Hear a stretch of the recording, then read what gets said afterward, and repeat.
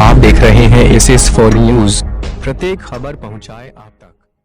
आज संसद के मानसून सत्र की शुरुआत हो गया है। संसद में प्रवेश करने के पहले प्रधानमंत्री मोदी ने पत्रकारों से बातचीत की। Line of actual control LAC पर जारी हालात को लेकर भी केंद्र सरकार संसद में घिर सकती है। विपक्षी दलों की योजना है कि सरकार की तरफ से इस मुद्दे पर स्पष्ट बयान दिलवाया जाए। सरकार ने 2-3 महीने पहले हुई सर्वदलीय बैठक के बाद विपक्षी दलों को इस बारे में सूचना नहीं दी है। जयराम रमेश ने दावा किया कि प्रधानमंत्री नरेंद्र मोदी के अपने बयान के चलते चीन के सामने भारत की पोजीशन कमजोर हो गई है। उन्होंने कहा कि संसद चर्चा और बहस की जगह है, भागने की नहीं।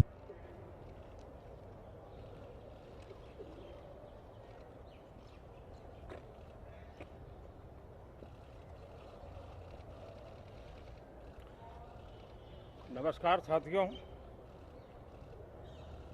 एक लंबे अंतराल के बाद आज आप सबके दर्शन हो रहे हैं। आप सब कुशल हैं ना? कोई संकट तो नहीं आया ना आपके परिवार में भी? चलिए, ईश्वर आपको सलामत रखे। एक विशिष्ट वातावरण में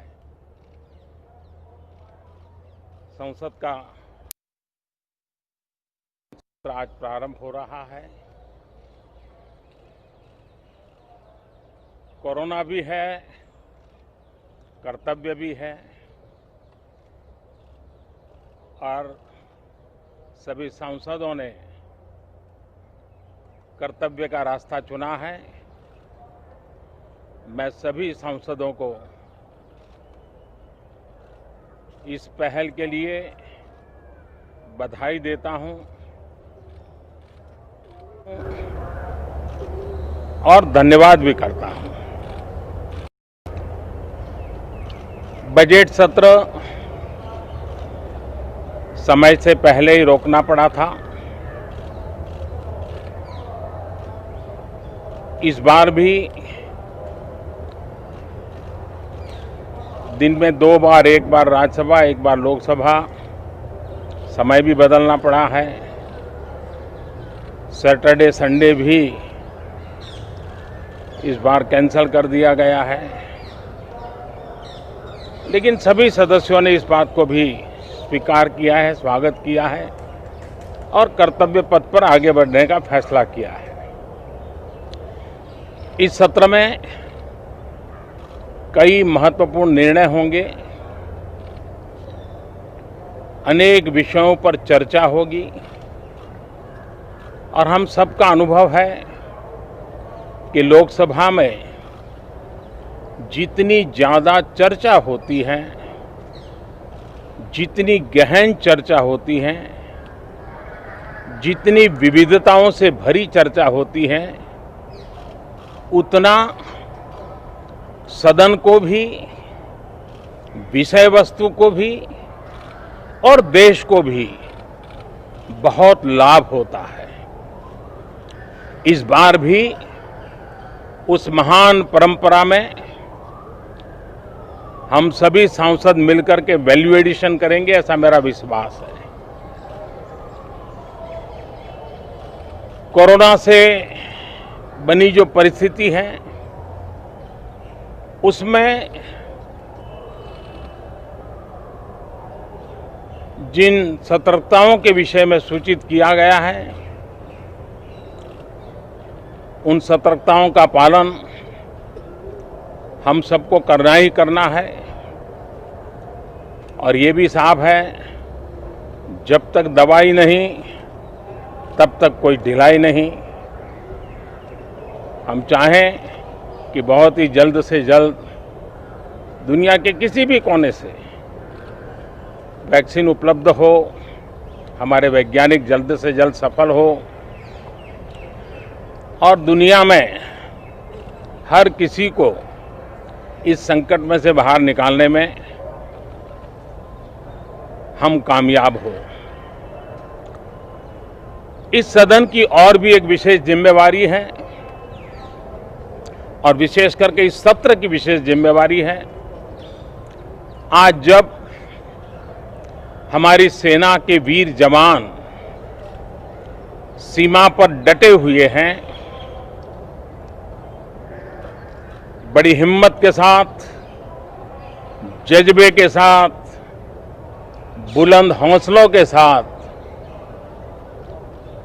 दुर्गम पहाड़ियों में डटे हुए हैं और कुछ समय के बाद बर्फ वर्षा भी शुरू होगी। जिस विश्वास के साथ वो खड़े हैं, मातृभूमि की रक्षा के लिए डटे हुए हैं, ये सदन भी, सदन के सभी सदस्य एक स्वर से, एक भाव से, एक भावना से, एक संकल्प से वो संदेश देंगे, सेना के जवानों के पीछे देश खड़ा है, संसद और सांसद सदस्यों के माध्यम से खड़ा है, पूरा सदन एक स्वर से देश के वीर जवानों के पीछे खड़ा है। ये बहुत ही मजबूत संदेश भी ये सदन देगा, सभी माननीय सदस्य देंगे, ऐसा मेरा पूरा विश्वास है। मैं आपसे भी आग्रह करूंगा कि कोरोना के कालखंड में आपको पहले की तरह मुक्ति से सब जगह पे जाने का अवसर नहीं मिलेगा। अपनों को खुद जरूर संभालना दोस्तों। खबरें तो मिल जाएगी, आपके लिए कोई मुश्किल काम नहीं है, लेकिन खुद को जरूर संभालना, ये मेरी आपको पर्सनल प्रार्थना है। थैंक यू दोस्तों। सदन में निष्पक्ष रूप से आपकी भूमिका लोकतंत्र को मजबूत करती है। सभापति महोदय, इस बार ये सदन अपने इतिहास में सबसे अलग और विषम परिस्थितियों में संचालित हो रहा है। कोरोना के कारण जैसी परिस्थितियां हैं, उनमें ये सदन काम करे, देश के लिए जरूरी जिम्मेदारियों को पूरा करे, ये हम सबका कर्तव्य है। मुझे विश्वास है कि हम सब सारी सतर्कता बरतते हुए, सारे दिशा निर्देशों का पालन करते हुए अपने कर्तव्यों का निर्वहन करेंगे। राज्यसभा के सदस्य, सभापति जी और उपसभापति जी को सदन की कार्यवाही सुचारू रूप से चलाने में जितना सहयोग करेंगे, उतना ही समय का सही उपयोग होगा और सभी सुरक्षित भी रहेंगे। सभापति महोदय, संसद के उच्च सदन की जिस जिम्मेदारी के लिए हरिवंश जी पर हम सबने भरोसा जताया था, हरिवंश जी ने उसे हर स्तर पर पूरा किया है। मैंने पिछली बार अपने संबोधन में कहा था, मुझे भरोसा है कि जैसे हरि सबके होते हैं, वैसे ही सदन के हरि भी पक्ष विपक्ष सबके रहेंगे। सदन के हमारे हरिवंश जी इस पार और उस पार सबके ही समान रूप से रहे, कोई भेदभाव नहीं, कोई पक्ष विपक्ष नहीं। मैंने ये भी कहा था कि सदन के इस मैदान में खिलाड़ियों से ज्यादा अंपायर परेशान रहते हैं। नियमों में खेलने के लिए सांसदों को मजबूर करना बहुत चुनौतीपूर्ण कार्य है। मुझे तो भरोसा था कि एम्पायरिंग अच्छी करेंगे, लेकिन जो लोग हरिवंशी जी से अपरिचित थे, हरिवंश जी ने अपनी निर्णायक शक्ति, अपने फैसलों से उन सबका भी भरोसा जीत लिया। सभापति महोदय, हरिवंश जी ने अपने दायित्व को कितनी सफलता से पूरा किया है, ये 2 साल इसके गवाह हैं। सदन में जिस गहराई से बड़े बड़े विधेयकों पर पूरी चर्चा कराई। उतनी ही तेजी से बिल पास कराने के लिए हरिवंश जी कई कई घंटों तक लगातार बैठे रहे, सदन का कुशलता से संचालन करते रहे। इस दौरान देश के भविष्य को, देश की दिशा को बदलने वाले अनेकों ऐतिहासिक बिल इस सदन में पास हुए। पिछले साल ही इस सदन ने 10 साल में सर्वाधिक प्रोडक्टिविटी का रिकॉर्ड कायम किया है, वो भी तब जब पिछला साल लोकसभा के चुनावों का साल था। ये हर एक सदस्य के लिए गर्व की बात है कि सदन में प्रोडक्टिविटी के साथ साथ पॉजिटिविटी भी बढ़ी है। यहां सभी खुलकर अपनी बात रख पाए, सदन का कामकाज नहीं रुके, स्थगन न हो, इसका निरंतर प्रयास देखा गया है। इससे सदन की गरिमा भी बढ़ी है। संसद के उच्च सदन से यही अपेक्षा संविधान निर्माताओं ने की थी।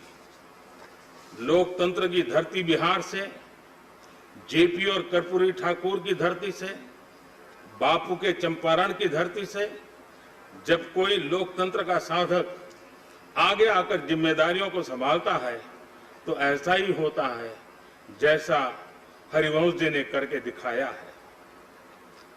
जब आप हरिवंश जी के करीबियों से चर्चा करते हैं तो पता चलता है कि वो क्यों इतना जमीन से जुड़े हुए हैं। उनके गांव में नीम के पेड़ के नीचे स्कूल लगता था, जहां उनकी शुरुआती पढ़ाई हुई थी। जमीन पर बैठकर जमीन को समझना, जमीन से जुड़ने की शिक्षा उन्हें वहीं से मिली हुई थी। हम सभी ये भली भांति जानते हैं कि हरिवंश जी जयप्रकाश जी के ही गांव सीता बदियारा से आते हैं। यही गांव जयप्रकाश जी की भी जन्मभूमि है। 2 राज्यों उत्तर प्रदेश, बिहार के 3 जिलों आरा, बलिया व छपरा में बंटा हुआ क्षेत्र, 2 नदियां गंगा और घाघरा के बीच स्थित दियारा टापू जैसा। हर साल जमीन बाढ़ से गिर जाती थी, बमुश्किल एक फसल हो पाती थी। तब कहीं जाने अनजाने के लिए और सामान्य रूप से जाने आने के लिए नदी नाव पार करके ही जा सकता था। संतोष ही सुख है, यह व्यवहारिक ज्ञान हरिवंश जी को अपने गांव की घर की परिस्थिति से मिला।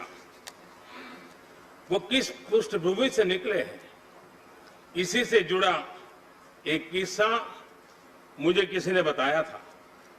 हाई स्कूल में आने के बाद हरिवंश जी की पहली बार जूता बनाने की बात हुई थी।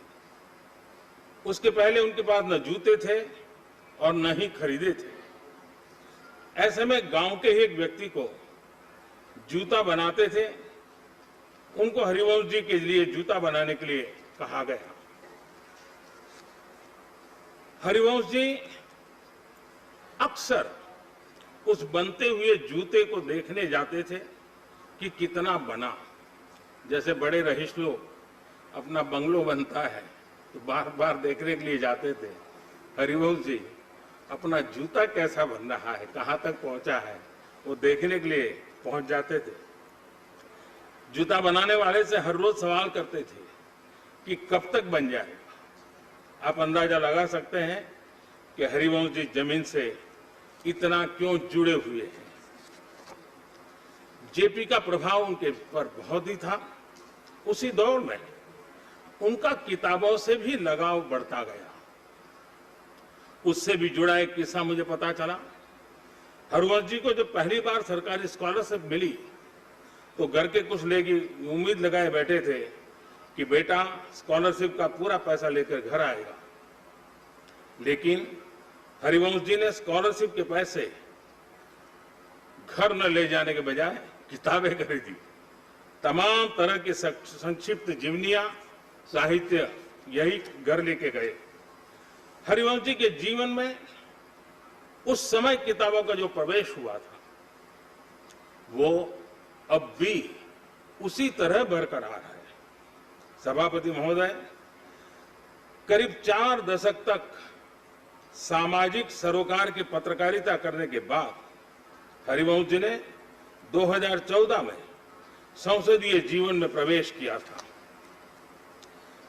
सदन के उपसभापति के तौर पर हरिवंश जी ने जिस तरह मर्यादाओं का ध्यान रखा, संसद सदस्य के तौर भी उनका कार्यकाल उतना ही गरिमापूर्ण रहा है। बतौर सदस्य तमाम विषयों, चाहे वो आर्थिक हो या सामरिक सुरक्षा से जुड़े, हरिवंश जी ने अपनी बात प्रभावी ढंग से रखी थी।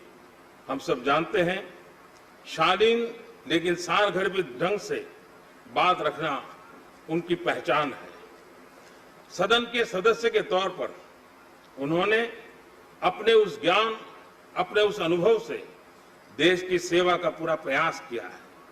हरिवंश जी ने सभी अंतर्राष्ट्रीय पटलों पर भारत की गरिमा, भारत के कद को बढ़ाने का काम भी किया है। चाहे वो इंटर पार्लियामेंट्री यूनियन की तमाम बैठकें हों या फिर दूसरे देशों में भारतीय संसदीय प्रतिनिधिमंडल के रूप में सदस्य के तौर पर भूमिका का निर्वाह हो, हरिवंश जी ने ऐसी हर जगह भारत और भारत के संसद का मान बढ़ाया है। सभापति महोदय, सदन उपसभापति की भूमिका के अलावा हरिवंश जी की राज्यसभा की कई समितियों के अध्यक्ष भी रहे। ऐसी तमाम समितियों के अध्यक्ष के तौर पर हरिवंश जी ने समितियों के कामकाज को बेहतर बनाया है, उनकी भूमिका को प्रभावी ढंग से रेखांकित किया है। मैंने पिछली बार भी बताया था कि हरिवंश जी कभी बतौर पत्रकार हमारा सांसद कैसा हो, ये मुहिम चलाते रहे। सांसद बनने के बाद उन्होंने इस बात के लिए भरपूर प्रयत्न किया है कि सभी सांसद अपने आचार व्यवहार से और कर्तव्यनिष्ठ बने। सभापति महोदय, हरिवंश जी संसदीय कामकाज और जिम्मेदारियों के बीच भी एक बुद्धिजीवी और विचारक के तौर पर भी उतना ही सक्रिय रहते हैं। आप अभी भी देश भर में जाते हैं, भारत की आर्थिक, सामाजिक, सामरिक और राजनीतिक चुनौतियों के बारे में जनमानस को जागरूक करते हैं। इनके अंदर का पत्रकार, लेखक ज्यों का त्यों बना हुआ है। उनकी किताब हमारे पूर्व प्रधानमंत्री श्रीमान चंद्रशेखर जी के जीवन को बारीकी से उभारती है, साथ ही हरिवंश जी की लेखन क्षमता को भी प्रस्तुत करती है।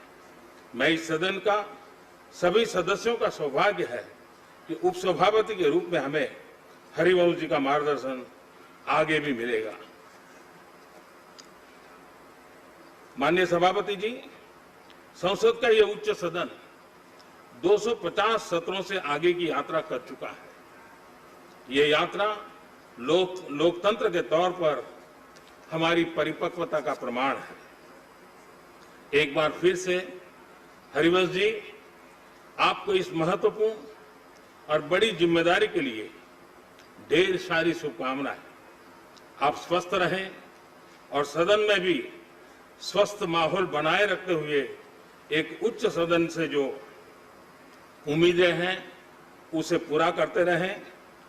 हरिवंश जी को मुकाबला देने वाले मनोज झा जी को भी मेरी तरफ से शुभकामनाएं। लोकतंत्र की गरिमा के लिए चुनाव की ये प्रक्रिया भी उतनी ही महत्वपूर्ण है। हमारा बिहार भारत की लोकतांत्रिक परंपरा की धरती रहा है। वैशाली की उस परंपरा को, बिहार के उस गौरव को, उस आदर्श को हरिवंश जी इस सदन के माध्यम से और परिष्कृत करेंगे, ऐसा मुझे विश्वास है। मैं सदन के सभी सम्मानित सदस्यों को चुनाव की इस प्रक्रिया में शामिल होने के लिए धन्यवाद अर्पित करता हूं। एक बार फिर से हरिवंश जी को, सभी सदस्यों को हार्दिक बधाई। फॉर न्यूज प्रत्येक this is for news channel को लाइक, शेयर शेयर और सब्सक्राइब